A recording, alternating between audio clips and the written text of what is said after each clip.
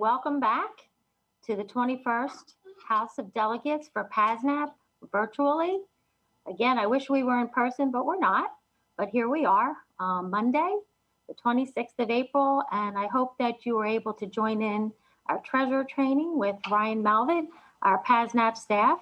And also, if you didn't join in there, maybe you had the opportunity to be part of the membership coordinating trainer with David Thompson, another one of our staff, PASNAP staff reps at PASNAP. I'd also want to encourage you to, if you haven't already, looked at your co-directors report. It gives you the year in review, as well as our PAC report and our membership report. They are on the website, and if you're having trouble logging on or having an issue, there's always the help desk button. So this past year, we had some folks leave the executive board, actually the past year and a half, but most of them have left recently.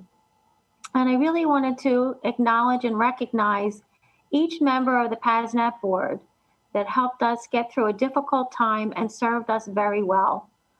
I'm going to start with our, not necessarily everybody is retiring, our retiring members, and then our members of the board that took on a different role.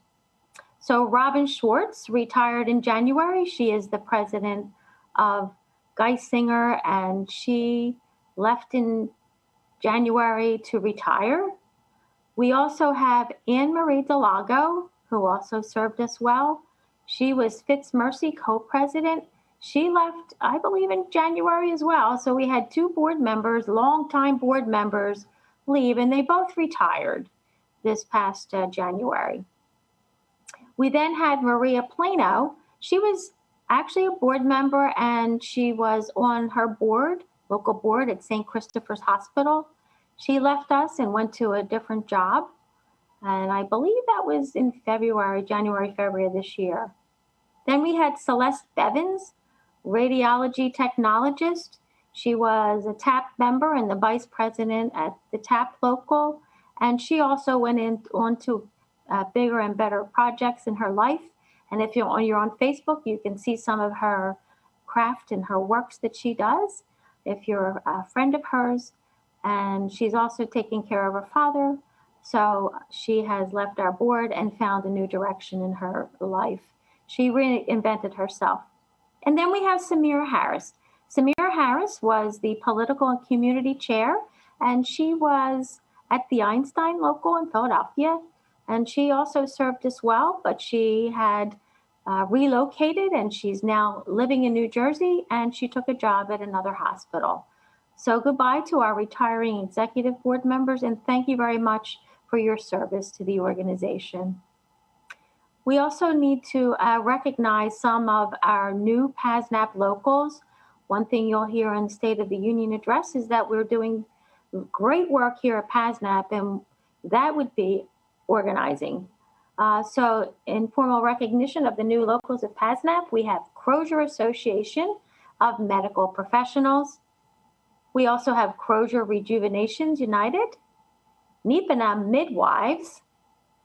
We also have Springfield Nurses United, St. Mary's United Nurses Union, Temple Faculty Practice Nurses Union, and we also have the Wyoming Valley CRNA Association. These are our new locals of PASNAP, and of course, we're always happy to have new people come into the organization. There is a plenary session coming up at 2:30. From 2:30 to 3, we're going to hear from Sara Nelson, and I hope that you stay tuned for that, followed by the State of the Union and our contract campaign reports, which is always interesting to hear what other locals have done during this past year. 17 contracts stronger, and we're very excited to have Sara Nelson speak to us today at 2:30. So please log back on or hang on, and we will be back at 2:30 to hear all about Sara Nelson's work. And then we will follow us up with our State of the Union. So I welcome you back shortly. Thank you.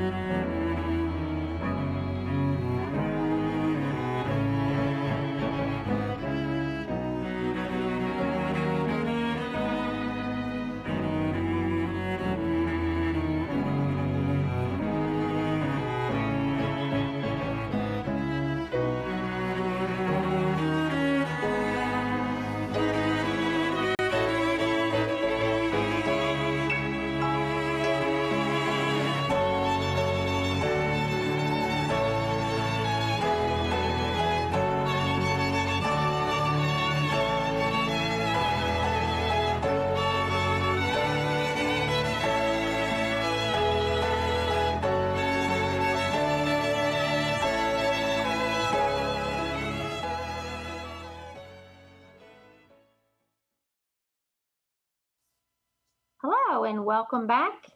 I am so excited about this session here. We all should be very excited. We have Sara Nelson with us today, and she's going to talk about labor solidarity and the lessons of COVID. We know as healthcare workers, we've learned many lessons ourselves. But Sara Nelson, I'm excited to introduce her. She has served as the International President of the Association of Flight Attendants, CWA, AFL-CIO, since 2014, and she's currently serving her second four-year term. She first became a union member in 1996 when she was hired as a flight attendant at United Airlines. Today, she represents nearly 50,000 of aviation's first responders at 17 airlines. The New York Times calls her America's most powerful flight attendant. And InStyle magazine, this is my favorite, placed her on their 2019 top badass women list. That's pretty great. I love that. She has been and continues to be a leading voice on issues facing women in the workplace and across the country, encouraging women everywhere to join unions and run unions. And I'm proud to say that she's here with us today to talk about labor and the lessons of COVID. Sara. Thank you so much, Maureen. Thank you to everyone at PASNEP. Thank you for your incredible organizing. And I want to congratulate you on the recent contracts that you have with Kozer Health. I see that you actually use this moment to address the real issues that people are facing and get real gains. And that's because you are an organized, mobilized union that keeps going. And frankly, management knows that you can act. We, at the Association of Flight Attendants, CWA, we represent 50,000 flight attendants at 17 different airlines. And we had to come up with a new strike tactic in the early 90s when the executives determined that they could simply replace flight attendants overnight and break strikes very easily. So under the Railway Labor Act, we do have the ability to do intermittent strikes. And we created a strike tactic called chaos, create havoc around our system. And the whole idea behind it was that it would be surprise strikes. Management wouldn't know when or where those strikes were going to happen. But what that also meant was that the traveling public wouldn't know when or where those strikes were going to happen. The media didn't know. They didn't know how to cover this strike because they couldn't take out the manual that said, okay, on day one, sentence one of the story covering the strike is how long will it be before people start crossing the picket line?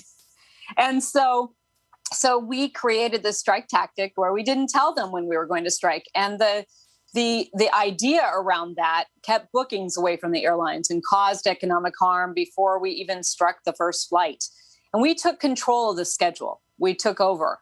And because the media and because management didn't have a playbook about how to report on that, they started to report out on our issues. And so the other thing that's a challenge about a strike like that is that the members also don't know when or where you're going to strike.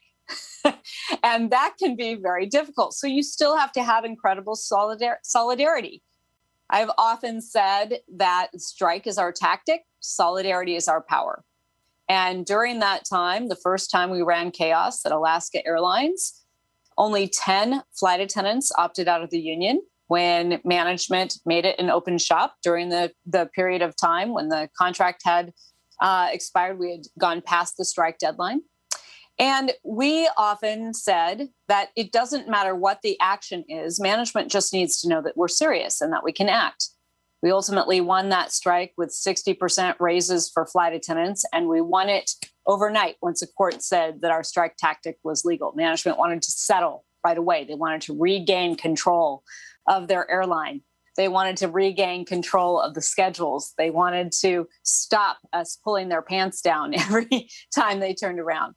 And so they settled because the risk was too great for them to keep going. And that's what we have to remember. And that's what you have remembered. And your management clearly knows that you can act at any time. I will often say that it doesn't matter if it's talk like a pirate day. If everyone in the bargaining unit is doing it, you're showing management that you can act as one. And also, that brings us to some funny, creative ideas that we can have together about how we can sort of make management go crazy without doing traditional things. So I do think that we are in an incredible moment here. And I want to thank you for the way that you have inspired other healthcare workers and workers around the country with your organizing and your bargaining, your continued mobilization, your very clear and clarion call for Medicare for all. This is so important that we are putting demands out there that are clear, and we're being very clear about what we're doing to back that up. So I got involved in our union 25 years ago when I first became a United Airlines flight attendant. And it was a flight attendant who helped me out in a moment of need when the company had failed to pay me. There was some glitch in the system. But I'll tell you, it was the first time that I felt like a number, because I had been back to the company office several times to get somebody to help me to make sure that I could get my first paycheck. And I was getting a lot of runaround. And finally, after several weeks of this, I couldn't pay rent. I had no more money for food. I had nothing. And I asked someone to please help me. I still didn't have my first paycheck. And I started to get some of the same rhetoric back at me again. Well, people get their first paychecks at different times for different reasons. We're sure you get it next time. And I'm thinking, I'm not going to survive. And the tears started to roll, and I started to get a little more excited than someone on probation should.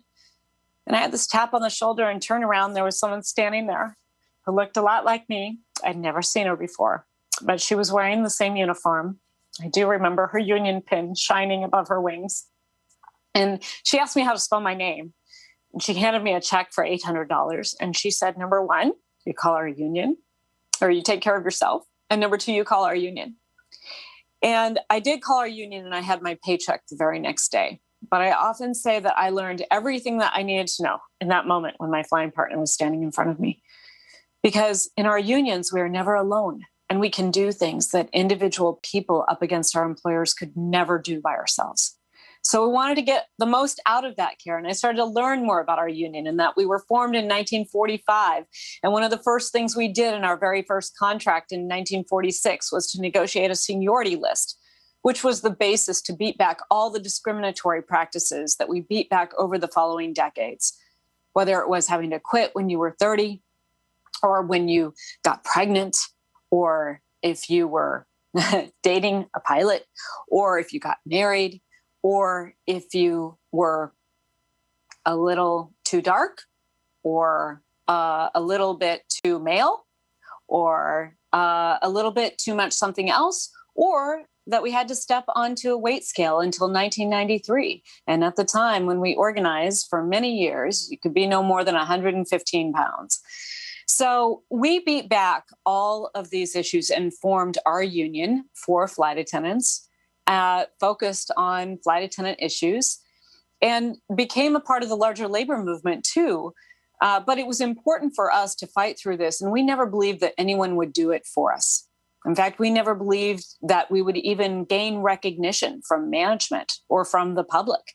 We just had to keep fighting to get certification through the federal government, to win the fact that flight attendants have to be on planes in order for passenger planes to take off, to win the fact that smoking can't be in our workplace. And I'll tell you, my very first day on the job, I had a flight attendant pull me aside after a tussle with a manager in the office. And she said, she'd been flying for 35 years. And she said, listen, management thinks of us as their wives or their mistresses. And in either case, they hold us in contempt.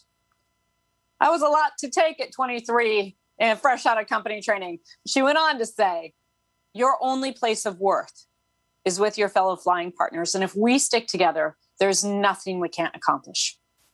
And so, I learned that, and I got engaged in our union because the help the union had given me to get that first paycheck. And by the time I hit 5 years seniority, September 11th rolled around. And it was my good friends on Flight 175, United Airlines Flight 175, that met its end at the South Tower of the World Trade Center. And in the wake of our grief and grieving for our friends, within 24 hours, a company representative was in the crisis room at Logan Airport in Boston, telling us that the company was hemorrhaging money and we were going to have to get back on the planes and help the company. And so that company representative is very lucky that Senator Edward Kennedy walked in the door right then, told them to get out, stayed with us, listened to stories about our friends, and sang patriotic songs with us. But what followed from that, as we were mourning and trying to make sense of this new world that we were living in and the new role that we had as not only aviation's first responders in the air, but also now aviation's last line of defense and aviation security, we had no idea that there were people who were organizing to take advantage of this moment and take us into bankruptcies, get rid of our pensions, cut our pay, make us work harder for less, cut the work rules, and many of the issues that those brave women back in 1945 had organized our union for and had spent decades building up a career. And so we went through all of that, and I had a front row seat to all the airlines went through bankruptcy, but at United Airlines, it was the longest airline bankruptcy, 38 months. And about 6 months in, after we had already taken a pay cut, we were being asked to take another emergency pay cut. Many of our bases were being closed, which was uprooting people from their homes, which was more economic harm to individuals as all these other economic disruptions are happening. And I got a call, and we had 7,000 of us out on furlough. And I got a call from the president down the hall. He said, "Stop what you're doing, working on communicating all this other bad news. Come down and talk to me. I just got a call from United Airlines." And he said, they called and they're going to furlough another 2,500 people. And so we're going to have to get ready to communicate on this. And in that moment, it just all felt like too much. We had been fighting day and night, fighting on everything, fighting to try to get people good information. The deck was stacked against us, even the bankruptcy court trying to negotiate with a gun to our heads. And I said, I just have to take a minute and cry. And I did. And then I said, okay, no time for crying. We have to fight like hell every single day to hang on to as much as we possibly can so that we can live to fight another day. And I'll tell you, we did that. We fought them every which way we could. And because we fought them, we doubled the amount of the pension replacement plan that they wanted to spend when terminating our pension. We stopped the destruction of retiree health care. We stopped the draconian changes that they wanted to make to our healthcare. Of course, cutting most of the care for women and leaving care for men, since fewer of us were men in our work group, but I think for other reasons too. And so we fought them on everything, on absolutely everything. And then came the mergers. And during this time, and with the bankruptcy restructurings, this is investment bankers and hedge funds making the most out of these moments and taking all the control and trying to get rid of unions. In fact, Delta Airlines, with the merger of Northwest, they used that opportunity to stamp out the Northwest flight attendant contract and get rid of the union at Delta. And so all of these efforts in the airline industry following 9/11 were following on to the crisis. You know, Mother Jones told us over 100 years ago, she said, "The capitalists say there is no need of labor organizing, but the fact that they themselves are continually organizing shows us their real beliefs. The capitalists want the most labor for the least money, and the labor want the most money for the least labor. Workers produce the wealth and build the world's palaces, but they neither use the wealth nor dwell in the palaces. But if you would only realize that you hold the solution of the whole problem in your own hands, you could settle the whole question easily. If, for instance, instead of striking in small groups, every industry in America were to hold up, the capitalists would be obliged to yield to any and all demands, for the world could simply not go on." Now, of course, Mother Jones is describing a general strike, but the point is well taken. This world doesn't work unless workers work. It doesn't run. It doesn't move. We can't care for people. We can't feed people. This crisis of coronavirus showed that the jobs in this country that are oftentimes invisible, the jobs in this country that we often think of as less valuable, became the most essential work during this time. And I have to thank all of you, of course. Let me just take a moment to say thank you so much for your service to all of us, caring for your community, caring for the people all around. The risks that you took in your own lives made all of us safer. And we could not have made it through this year without you. We also could not have made it through this year without grocery workers and sanitation workers and mass transportation workers and flight attendants on the front lines. And all of this work gives us a shared experience that we can use to organize going forward. So I started talking about 9/11 and all the harm that happened after that and the crisis and the fact that there are many who will take a crisis and try to turn it to their own interests, the corporate elite, trying to extract more and more from us. And we knew that. So as a union, we said, not this time. They're not going to put this crisis on our backs. And in March of last year, we put forward demands that said that any relief that goes to the airlines has to be focused on us. It has to be payroll support only to keep people connected to their jobs. And in doing so, because we don't have Medicare for all, because we don't have this notion that in this country, everyone deserves healthcare, that everyone deserves the right to that healthcare. It's not just affordable healthcare, but this is because our lives are not a commodity. This is a human right. But we don't have that system in place.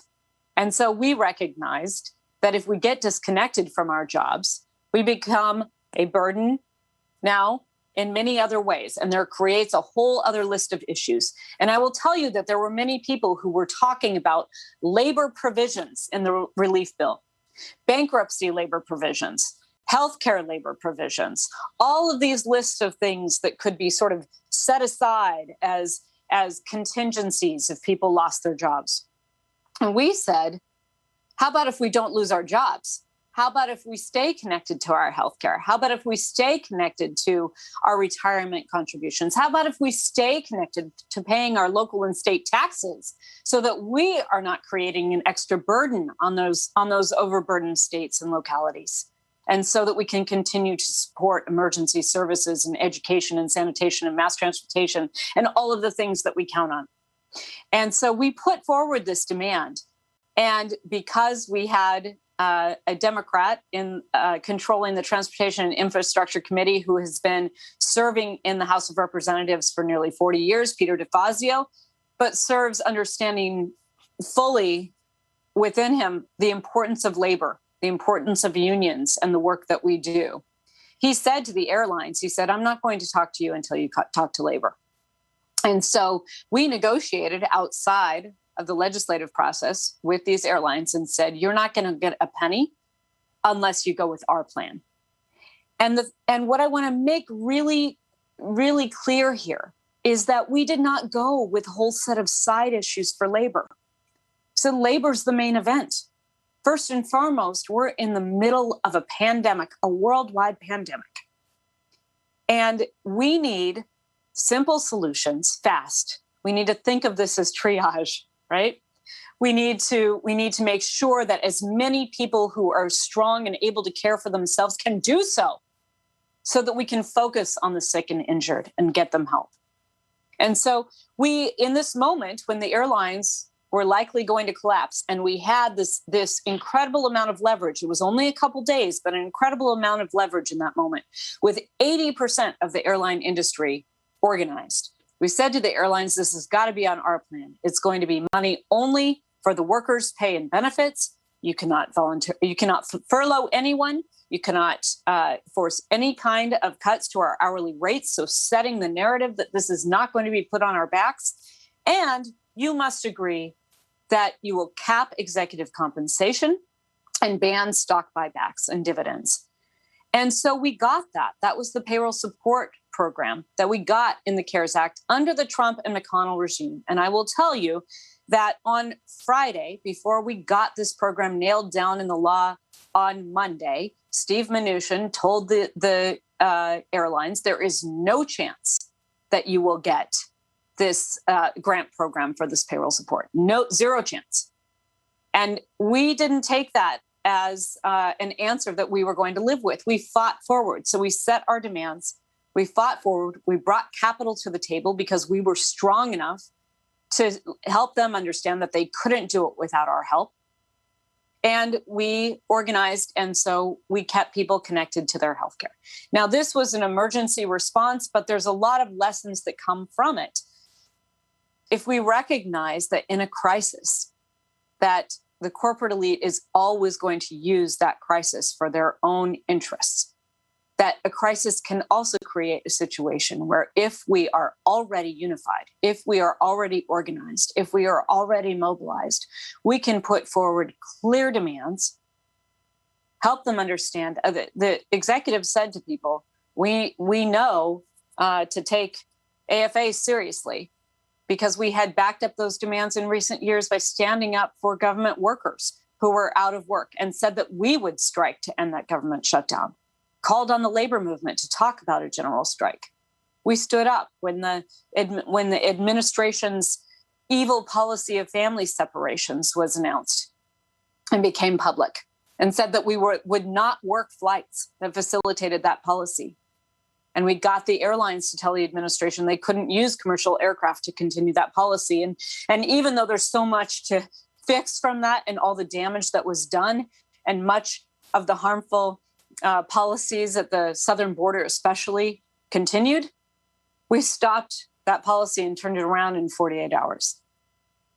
We're going to take action, and they have to know that we're going to take action at any time in order to take us seriously. So that's what happened last March. We continued our action and said there's got to be relief for the whole country. I want you to know that we got incredible bipartisan support. We were asking for help from a Republican senator who refused to sign on to a letter in support of continuing our payroll support, obviously when we were still in the middle of the raging pandemic last October. And he wouldn't sign on, but in advance of an election, we sent 25 flight attendants to his office to protest. And the news covered it. And the next day he was begging to get on a letter in support of continuing our payroll support. It's an important lesson because we can't ever count someone out. We can't ever give them a pass. When we say, oh, they'll never, they're getting off scot-free. And the truth is that if we start in the workplace, build our power there, politics will follow. We don't have to create a new party. We don't have to align ourselves with a particular party. We have to look out for each other, be here for each other. Set clear demands for labor, not as a sideshow, but as the main event in our politics, in our communities, in our workplace. Nothing works without all of us. And so coming out of coronavirus now, we address these economic issues that were also then really important for our advocacy around safety issues. So because we got the program that supported our pay, we were also able to get our airlines to agree to much more liberal sick leave policies so that people who were feeling a little under the weather or unsure or needed to quarantine were able to do that without any strikes against them and with pay. And we were able to advocate that as soon as our hospitals and healthcare providers got the proper PPE, we would have that as well. But in the meantime, we're going to make sure that there's mask policies in place that the airlines enforce. We kept fighting forward on that. Of course, there was no plan ever under the Trump administration, but the work that we did led into action, swift action on the part of the Biden administration. And finally, we had backing from the FAA and TSA to help passengers understand that they could face up to $35,000 in fine and imprisonment if they're not following these policies that are there to protect everyone on board, and certainly the people who were there working and making the flights possible. So I wanted to just thank you very much for your outspoken voices during this time, for protecting each other, for protecting your patients. Your healthcare system takes you seriously because of it. More people are alive because of your action. And we need to continue to move forward as though this is what matters to us, as though the thing that makes us the most emotional, whether that's our children, or what's really important that we fight for, our animals, whatever it is, we're going to fight with that kind of fever, with the fever of a protective woman who understands very clearly that we're going to fight with all of the emotion in the world, and that is our superpower. And through our superpower of our emotions, we help everyone understand that they have to take us seriously, because we're going to fight like hell to make sure that the people that we love are cared for.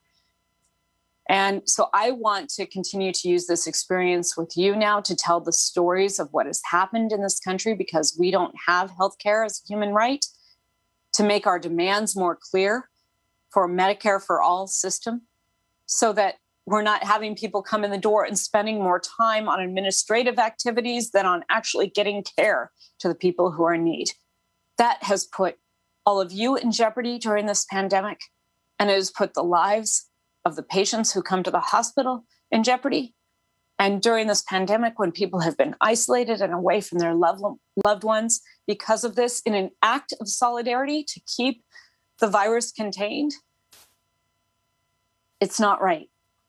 No one should have to worry about whether or not they're going to lose their home if they're going to get the proper care, or have to put on display their health conditions for the rest of the world in order to pay for it. So we stand with you every step of the way to make clear demands going forward for all working people, for people all across this country, to build the political will. And that comes from organizing in our workplaces and building the political power that we have, because we can bring capital to the table to do that. Now, I do want to note one other thing. The corporate elite have kept us from forming our unions, have kept us from being successful by using race and sex and anything else that they can to try to divide us. And that is the only reason that racism and sexism actually exist today and has been built into people's belief systems. But they're going to find any way that they can to divide us. Social issues are directly tied to economic issues, if only because it keeps workers from joining together in their workplaces when we allow that to persist.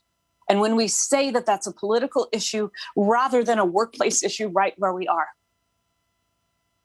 Our union fought on many discriminatory issues and pushed back, but we also fought to make sure that our LGBTQ flying partners could have the same benefits as others who were able to be married under the law at the time. We fought for domestic partner benefits, and we won that in our contract. And what's extraordinary about it is then we brought United Airlines to the table, because once we won that in the contract, they suddenly had an interest in other corporations paying for the same benefits as well. We testified in the San Francisco city hearings that led to the first ordinances on domestic partner benefits, which put us on the road to marriage equality. We can do the same thing in our workplaces when we push forward on healthcare. I find that every time when we go to the table now on healthcare, it's a fight just to hang on to what we had yesterday. But as we fight and as we continue to make sure that our corporations have to spend the lion's share of providing this healthcare for our members, we also know that we are helping to build the support for Medicare for all, because at some point that makes it impossible for the corporations to keep up with the rise in healthcare costs as long as this is a for-profit system. So the union contracts that were put forward initially by the Ruther brothers with the UAW as a means to set forward a set of demands in the workplace for good healthcare plans for union members. That was all about setting a tone for a country. We're just not done yet with making sure that this is a right for everyone. And so we have to keep pushing forward together, making those demands clear, and building our capacity to call on all parties to have to answer why anyone should be denied the right to healthcare. Look forward to standing with you going forward, and also coordinating and making our movement more together, more solid, building our solidarity out by having each other's backs. I do think it's really important, wherever you are watching from right now, to picture one of your coworkers and to say to them, right now, say it out loud, but picture one of your coworkers and say, I've got your back. And then picture the person who checks you out at the grocery store and imagine saying to them, I've got your back. Picture the person who takes your bag at the airport and checks it in for your flight. Say, I've got your back.